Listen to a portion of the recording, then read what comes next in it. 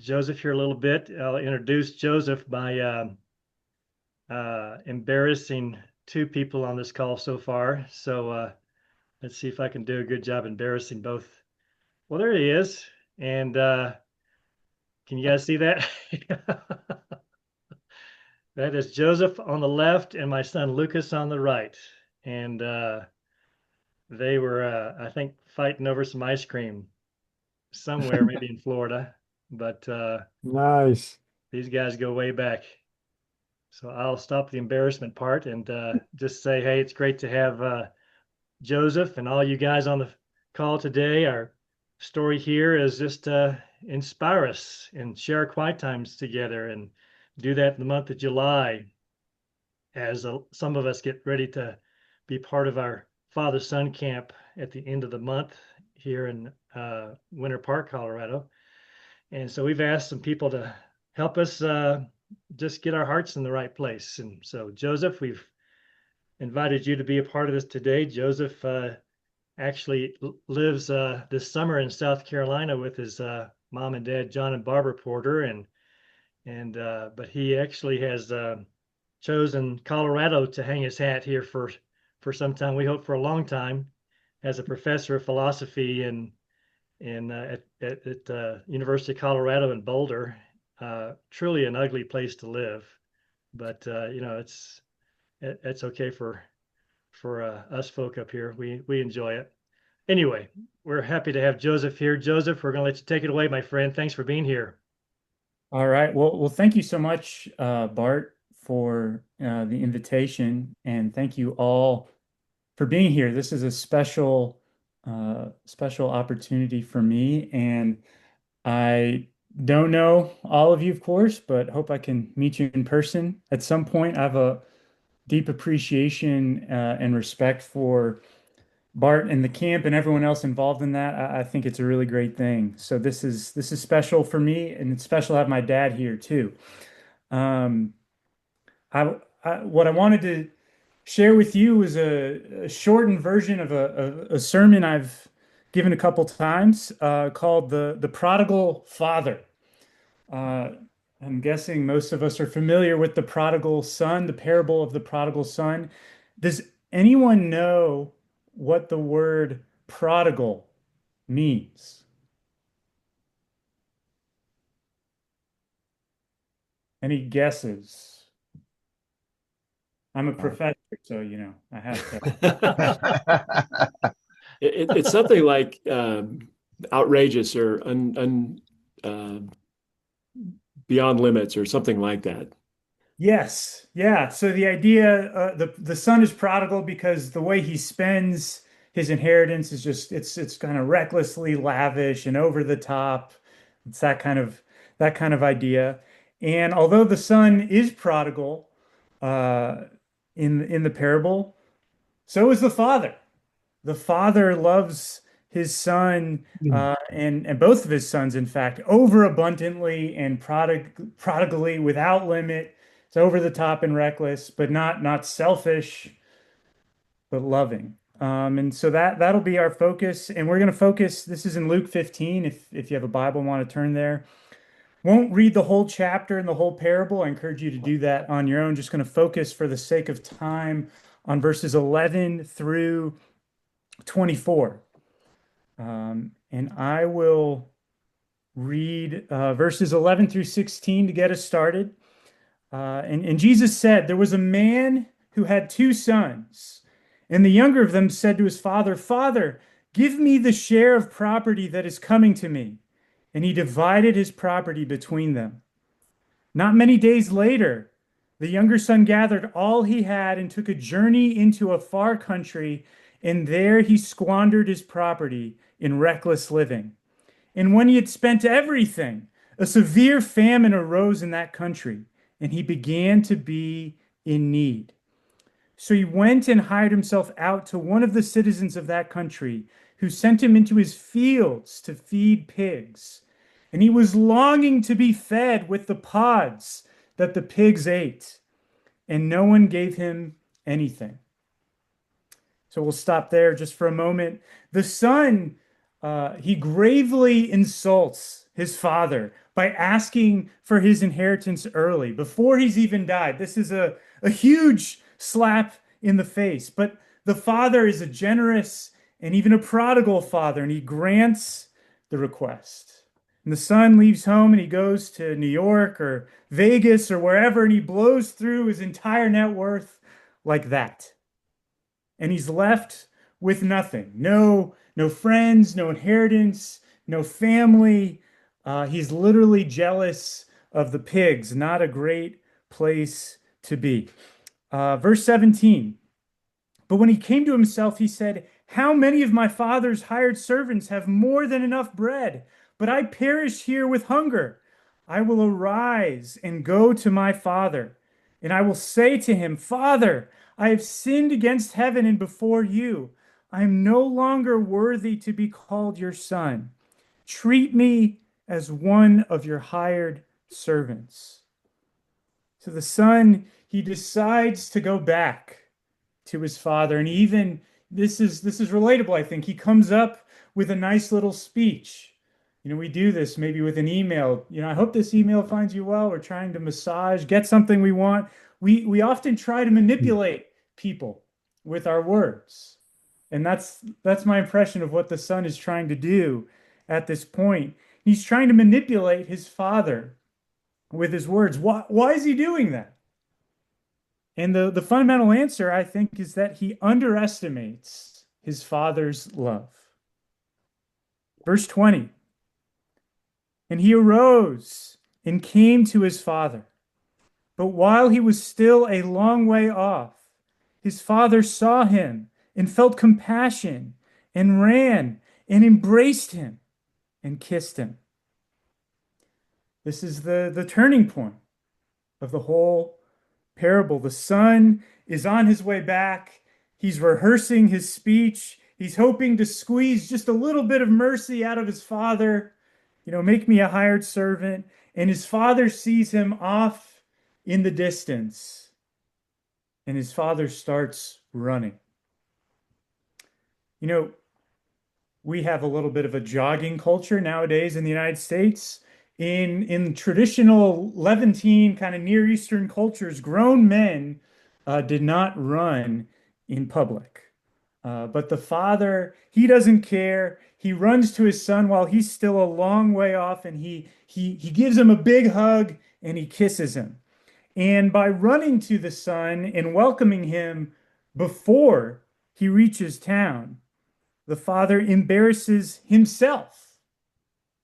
And he takes on his son's shame. And he keeps his son from being shunned by everyone else in town. And the son hasn't even apologized yet. The son has done nothing yet to make things right besides coming back. But the father's love is unconditional.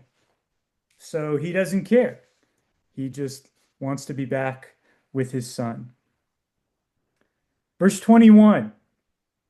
And the son said to him, Father, I have sinned against heaven and before you. I am no longer worthy to be called your son.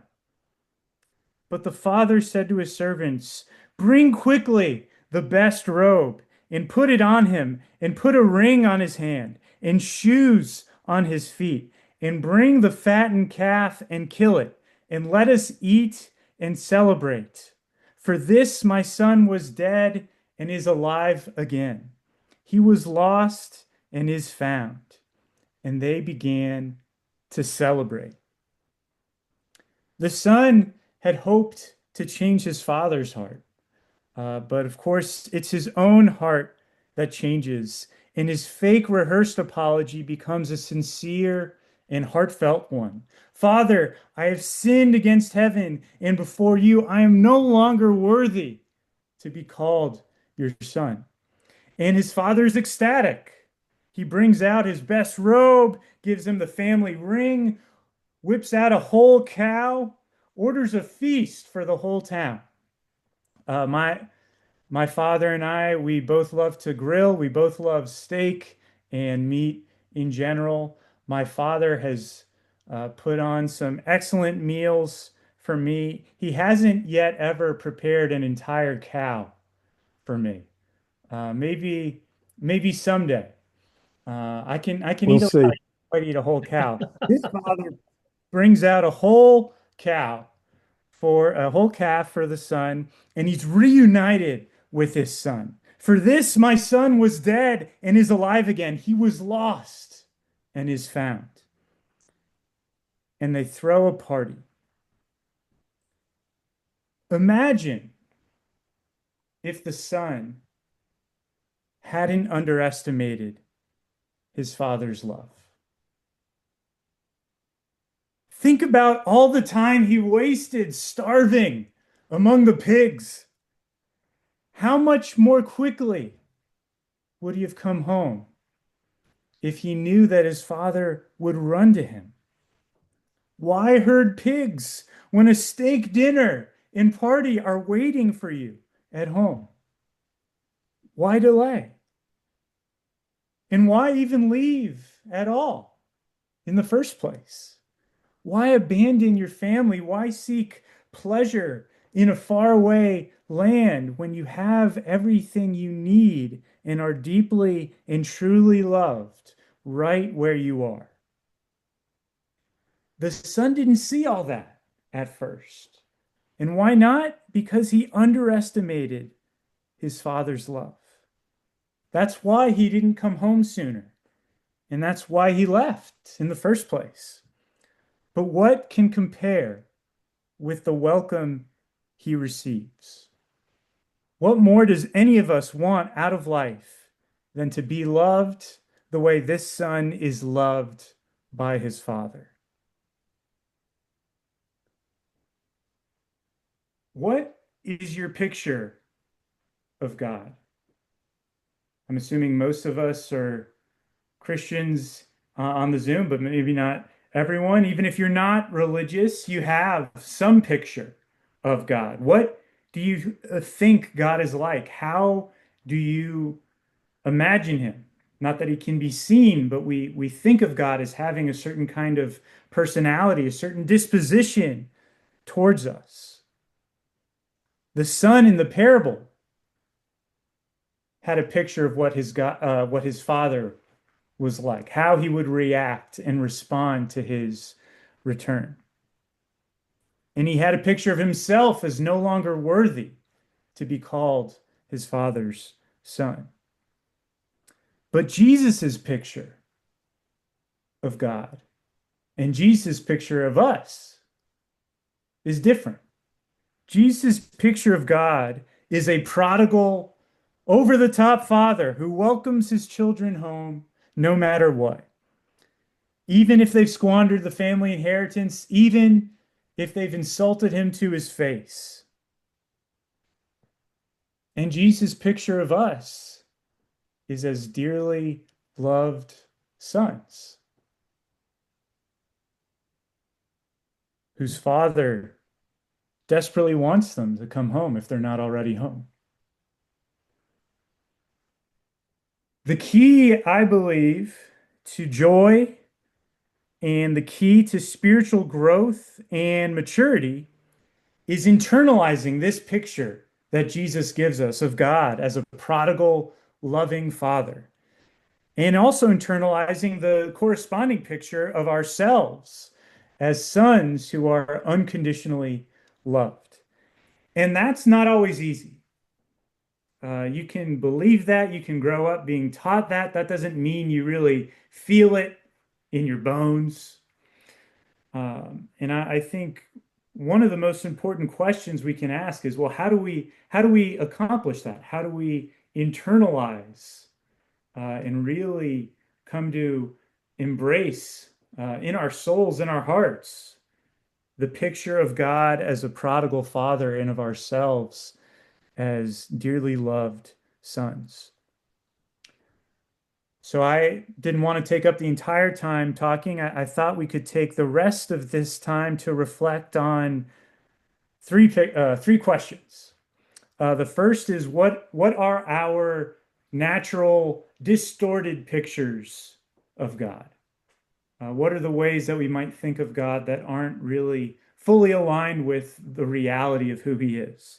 what are, this is the second question, what are our natural distorted pictures of ourselves? And how do those pictures not line up with the reality? And then lastly, the third question, how can we correct those pictures? And how can we get accurate pictures, align our picture of who God is and of who we are with the reality of God's prodigal and fatherly love for us. So that's all I have. I thought those could be some questions to reflect on. Thank you again to Bart for this invitation, and thank you again to everyone for being here. This is a special opportunity. Joseph, thank you so much, my friend. I think to start off the conversation, I think planting big words in our heads help change images. I mean, I'm still stuck on the word prodigal that you started with. I never knew the depth of that word, and the word that you brought up several times, underestimated. Um, Hmm.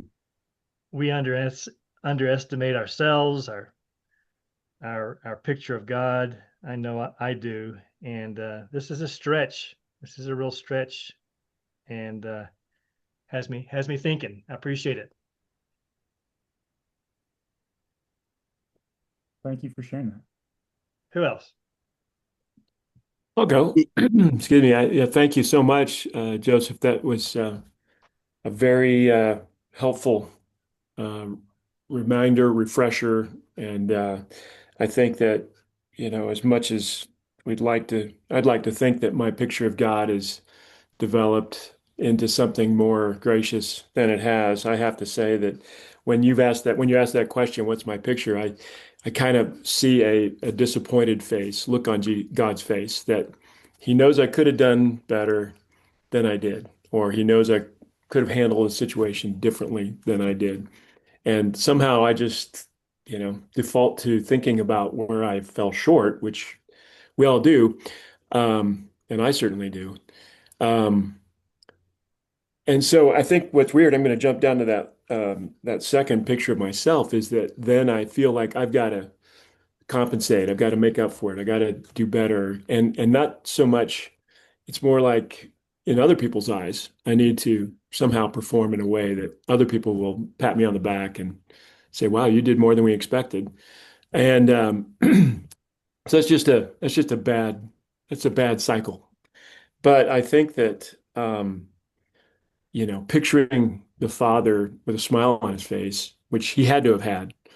Um, it's just, and there's no reason for it other than he loved his son, regardless of how badly his son had performed. So I think this is the correction. The correction for me is I need to dwell on this more frequently, more regularly, let's just say, and had that picture of God smiling at me, which I think will in turn help me to be a bit more smiling toward others, be God's smile toward my family, my friends, people who disappoint me, um, to really reflect more of God's unconditional love. So thanks for the prod here to really contemplate on this and make something of it. So appreciate it. Oh, well, no, thank you. Those are wonderful thoughts. And one thing that's worth saying, I mean, you brought up the word performance, and it's certainly easy for me, and I imagine for most of us, to get into a performance mindset. And one of the ironies here, but it's a good thing, is that the best way to improve our, quote unquote performance is to see that smiling face. If you're trying to improve Mm, performance just by gutting it out for a lifetime, I think we all know that's not going to last very long or be super effective. Whereas what's going to change the son more than anything in the parable is recognizing his father's love. That's what will change his heart and change the way he treats his father and everyone else. Um, mm. It's really it's changing how we see God will then, of course, Mm, change how we behave, how we treat others for the better. Hmm. mm. Thank you. Well, Sure. John, are you going to share something, John? Uh, oh, me? Uh, Yeah, I'll you're the share. father. I want to Yeah, hear your share. I'll proudly share. Yeah. I was just, I no, thank you so much, Joseph. That was really impactful. Even though it's a familiar story, you drew it out, and I really was moved by it. I think a distortion is we have a fear-based versus a love-based view of God that comes from you got to get the Bible perfectly right. You have to have some level of commitment, and we've uh, emphasized those types of things instead of God's unconditional love. And I think we really have a hard time, and maybe I'm just speaking for myself, uh, but I know I do, accepting unconditional love, that there is nothing I can do. God loves me already completely. And I think this goes back to our spiritual heritage, the Enlightenment, and just the way we approach uh, God. So, I think of the verse, which I actually, I'll give you a heads up. In a few weeks, I want to share about the verse, 2 Timothy 1, I think it's verse 6 or 7. God didn't give us a spirit of fear, but a spirit of power, love, and I like the translation that says sound mind. In other words, God doesn't use fear with his children. And I even saying that, I know everybody's going, well, what about this? What about, yeah, yeah, he doesn't, that's not how God speaks. Uh, and we have a distorted view even of what fear means in the Bible.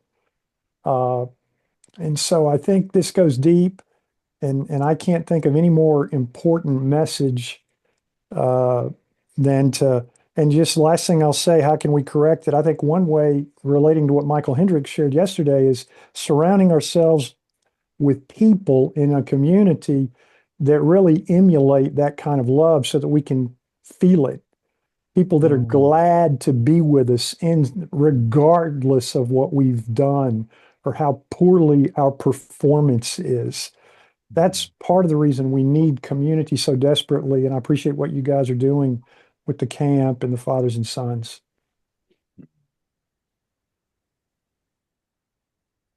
Thank you, John. Yeah, I'm sorry. I was going to share. Joseph's my first time seeing you and hearing you. I've always had a great respect for your dad. Loved listening to his sermons, and I can't think of a more appropriate message about fathers and sons than this parable. And I really appreciate you bringing it up.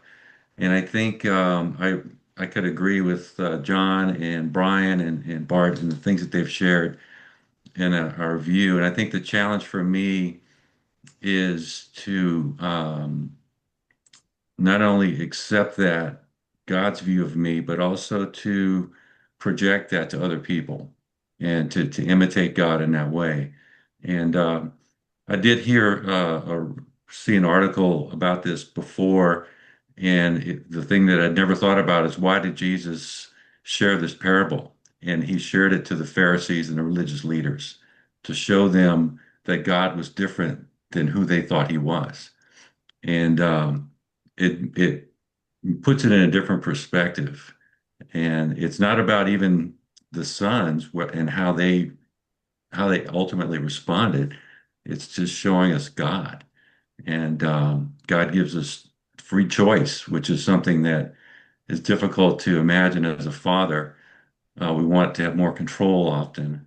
And that's and same with other people too. in wanting to help them. We want more control, and God gives free choice and accepts us as we are and is patient. But great message and great to hear you speak. Thank you so much. I wanted to share really how much I appreciate just John and the father-son relationship, and then listening to them share. And it's just and see the smiles on their face, and that's just so encouraging. And as I think about father-son relationship, I thought about Michael Hendricks' kind of meditation message yesterday, combining with this message, and I vision a picture. I have a coffee cup that my kids gave me, and it's me with them and when they're little kids, and they're full of joy. And I see this great big smile, and I think about like extravagant. And I remember up to that point, we had my wife and I were having challenges in our pregnancy. We had like, well, I think we had four miscarriages, and then we had a daughter that died. And to think that to have two beautiful kids was such a gift, and I felt like in that presence with my kids in that picture, I felt the extravagance, the love that God has had blessed me with, and I just think about how we can tie all those pictures in. Even thinking about El Baird's message, and when you combine all of them together, it's just like you see the depth of God's love for us, and it kind of I love it because it just as you start meditating on a daily basis, you start being able to defeat the distortment of your view or your picture of have to perform, and really just God's love is unconditional. So thank you so much for your message. Thank you for sharing that.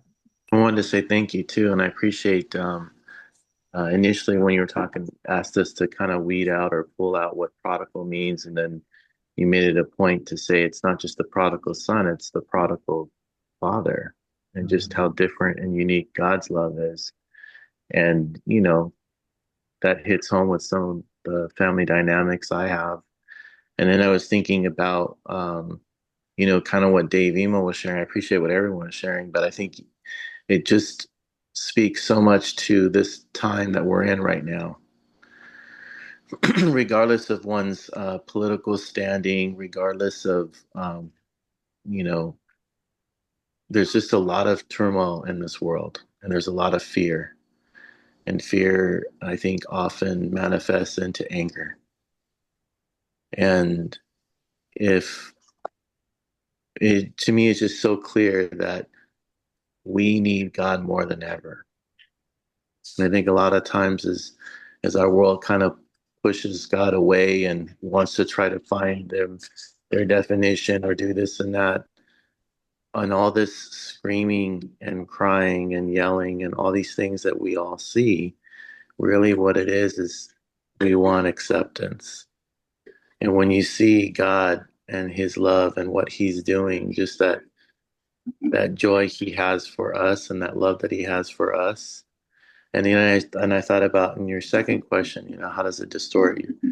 I was thinking about because you made a good point, how long did he stay in the mud or stay when he could have had that party or that dinner? And I think about it's so true. If we're honest, we all have character flaws. We all have sins we struggle with, and I'm very much in this mindset that, spiritually we're at different places throughout the course of the day or the week. I was more spiritual yesterday or more spiritual this morning or whatever. It's a very, it's a scale that's constantly moving. And just being in that space of, acceptance. So I don't know, it's a lot. I don't want to be too wordy, but I just think it's really interesting. It's very appropriate. So thank you for sharing. No, thank you. And one thing I didn't say, but you can see all the ways that all the different coping mechanisms that we have and that people in the world have when they're not experiencing God's love. And politics and even with people you might agree with on what they're saying politically, you can tell that there are underlying emotional and spiritual issues that are driving, how much they're talking or thinking about politics, the stuff they're putting out on social media or whatever the case may be. That is not a left or a right or anything problem. It's just a problem across the board. And obviously substance, I mean, there are all kinds of things we could talk about, all the things that we turn to, and they do leave us unsatisfied, just like the pods that the pigs were eating. We're going to leave the sun unsatisfied. And so this is, but the hope is that we can understand and turn back and stop underestimating the Father's love, and that can be very deeply healing. And of course, our country and the world would be totally different if more people were doing that. And that's our mission, of course, is to help people do that. Very, very good. Joseph, the two words, stop underestimating. Man, that'll really cook in my brain for the day. So I appreciate you being here, my friend. And thanks to all you guys. Want to let you know that on Monday, of course, we'll take tomorrow off for the 4th, and happy 4th of July, everybody. But on Monday, we have a friend named Sam Pace, who happens to be a Church of Christ minister in North Denver, not too far from where I live. Joseph has had a chance to meet him, and John Porter as well, and Lucas. And he's a different kind of a Church of Christ preacher. He's a really cool, I mean, not to say other Church of Christ ministers aren't cool, but he's a kind of cool guy for me. So, mountain guy, I think you'll really enjoy him. That's Monday morning, and have a great long weekend, and enjoy your family. And we hope to see you next week. Thanks so much. Thank you. Thanks, Bart. Great job, Thanks, Joseph. Bart. Thank you again. Thanks, Joseph. Yeah. Thank Thank you. you.